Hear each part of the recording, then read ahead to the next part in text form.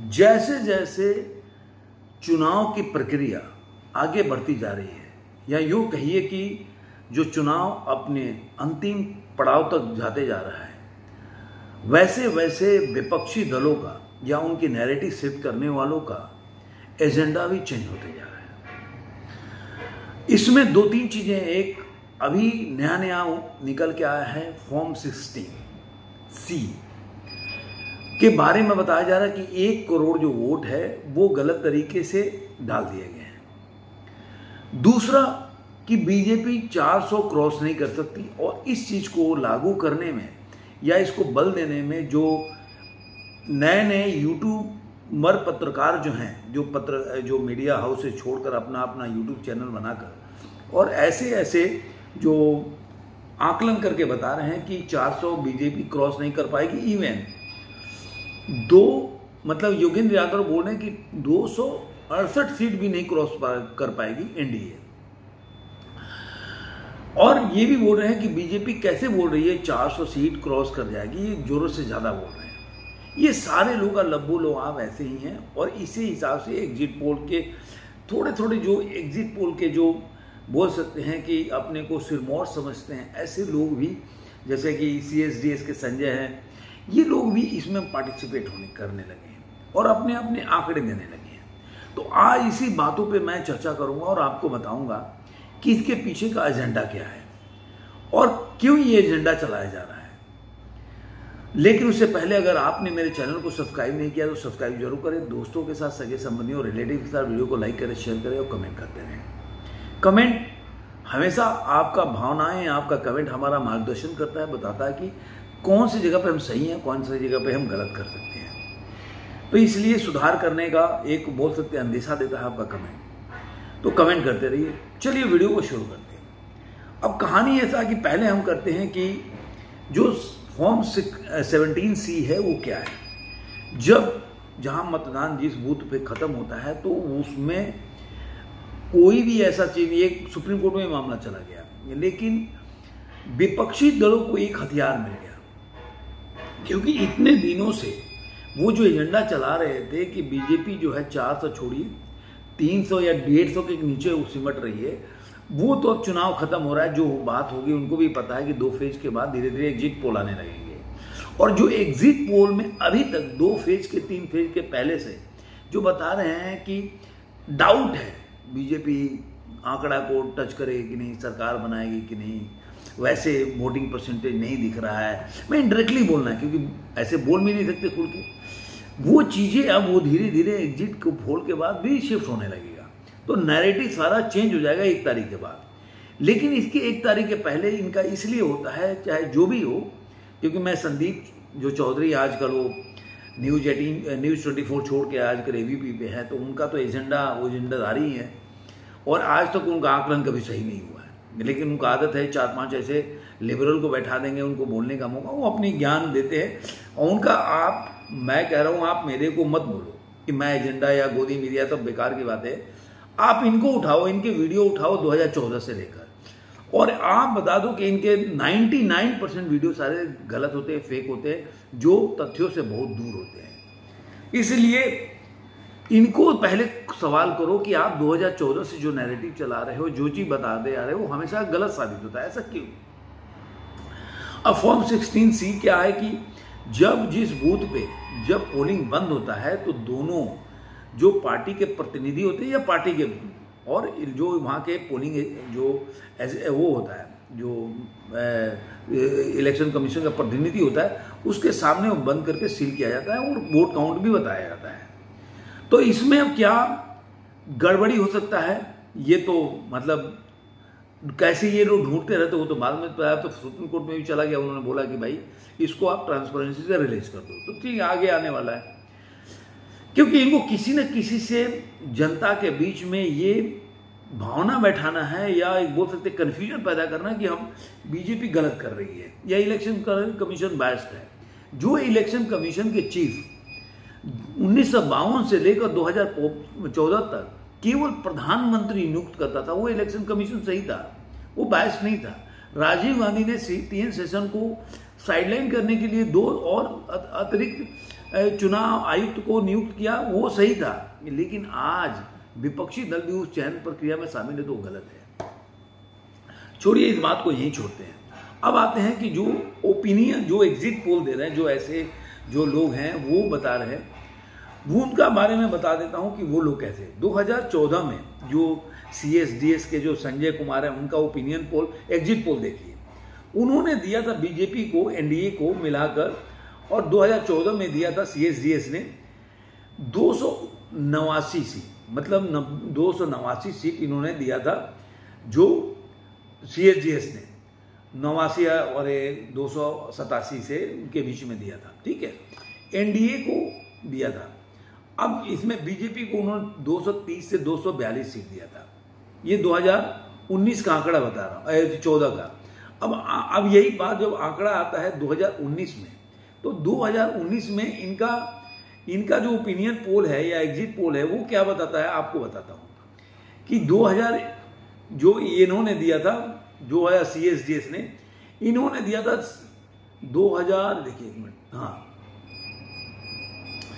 ABP CSDS का जो है, इन्होंने दिया था 277, वो भी NDA को। 2019 के आंकड़ा है कि 270 इन्होंने दिया था, पहले 287 दिया, अब 277 दिया। और रिजल्ट आपके सामने है कि NDA को कितना आया, बीजेपी को कितना है। मतलब 282 तो केवल बीजेपी को आया था 2019 में, 303 आया था, और 282 केवल 2014 में आया था। तो इनका आंकड़ा ऐसे ही है। आप देखने जाएंगे तो ये लोग एक एजेंडा चलाते रहते हैं और ऐसे लोगों को वहां बैठाते हैं जो बताते हैं कि बीजेपी जो है वो कहीं ना कहीं फंसी हुई है मामला। जो प्रशांत किशोर का मैं इंटरव्यू देख रहा था, जितना भी इंटरव्यू उन्होंने बोला, उन्होंने माना कि 303 से ऊपर जाएगी।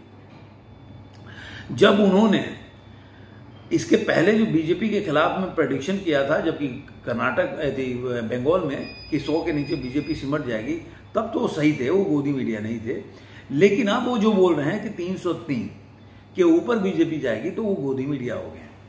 देखिए क्या है कि आप गोदी मीडिया और कौन सा मीडिया, ये तो आप भी डिसाइड करो। आप एक काम करो, जिस मीडिया हाउस को मानते हो, जिस एग्जिट पोल को मानते हो, जिस जो यूट्यूब के जो ऐसे पत्रकार हैं उनको मानते हो, उनके 2024 से वीडियो निकालो। एक चैलेंज है मेरा, और आप जाके देखो कि आपका वो सुतिया काट रहे कि नहीं। 2024 से वो बता रहे कि बीजेपी हार रही है, मोदी जी टूट रहे हैं, चाहे असेंबली इलेक्शन हो चाहे लोकसभा इलेक्शन हो, और आज तक वही नैरेटिव चला रहे हैं।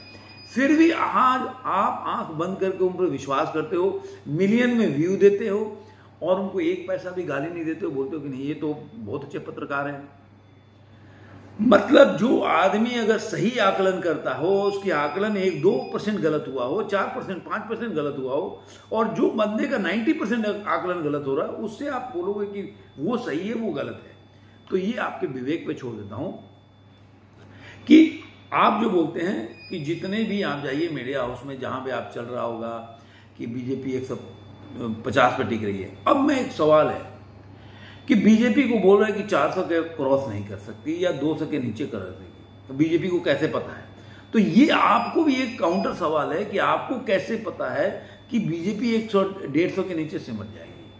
आपको किसने बताया है? आप जो बता रहे हो वो सही कैसे हो सकता है? बीजेपी वाले बोल रहे तो गलत कैसे हो सकता है? आपका आंकड़ा अगर सही है तो इलेक्शन कमीशन से, आपका इलेक्शन कमीशन से फिक्स किया आपने कि इलेक्शन कमीशन ने आपको बता दिया कि नहीं बीजेपी तो 150 सीट लेके आएगी। आपको कैसे पता है कि बीजेपी 200 के नीचे सिमट रही है? आपको ये नॉलेज कहां से हुआ? जहां से आपको नॉलेज हुआ वहां से बीजेपी को अपने हिसाब से नॉलेज हुआ। तो जब भी आप किसी चीज का आकलन करते हैं तो आकलन करते ये समझ न भूले कि जब आप किसी के ऊपर उंगली उठाते हैं तो 4 उंगली आपके तरफ भी उठता है और वो एक क्वेश्चन पूछता है कि आपको ये जानकारी कहां से आई है कि ये ऐसा सच है। क्योंकि अभी तो 4 जून बाकी है, 4 जून को रिजल्ट आएंगे। सबके अपने अपने दावे, ये बोल सकते हैं कि वो गलत दावे कर रहे हैं, लेकिन आप उनके दावे पे उंगली उठाओ, एक बार बोलो जब ईवीएम को फिक्स कर रहे हैं। और आप अगर मान लीजिए कि आप कैसे ईवीएम को फिक्स नहीं कर रहे हो जब आप 150 का आंकड़ा दे रहे हो, तो ये सब कहानी है, ये सब चलता रहेगा। और मीडिया वाले जो ऐसे एग्जिट पोल बनाते हैं, आप देखिएगा ओपिनियन पोल में तो बीजेपी को बहुत, आपको जनवरी फरवरी में जब ओपिनियन पोल आया होगा ना, तब से ये खूब बीजेपी को हाइप करके रखे। और बाद में इनके स्ट्रेटेजी होता है कि जैसे जैसे चुनाव की प्रक्रिया बीच में हो तो आप धीरे धीरे उनको नीचे गिराओ कि बीजेपी का ग्राफ गिर रहा है। मतलब ऐसा क्या था कि उस समय बीजेपी का ग्राफ ऊपर था और अचानक से ऐसा क्या हो गया 2 महीने में कि ग्राफ गिरने लगा? क्योंकि ये क्या है, जनता को कंफ्यूज करना चाहते हैं, वोटर्स को कंफ्यूज करना चाहते हैं। जैसे आपने देखा होगा कि वोटिंग परसेंटेज कम हुआ तो बीजेपी का कम हुआ। अरे वोटिंग परसेंटेज कम हुआ तो कांग्रेस का भी हो सकता है, विपक्षी दलों का हो सकता है। आपको कैसे पता है कि जो वोटर नहीं जा रहे वो बीजेपी का ही है?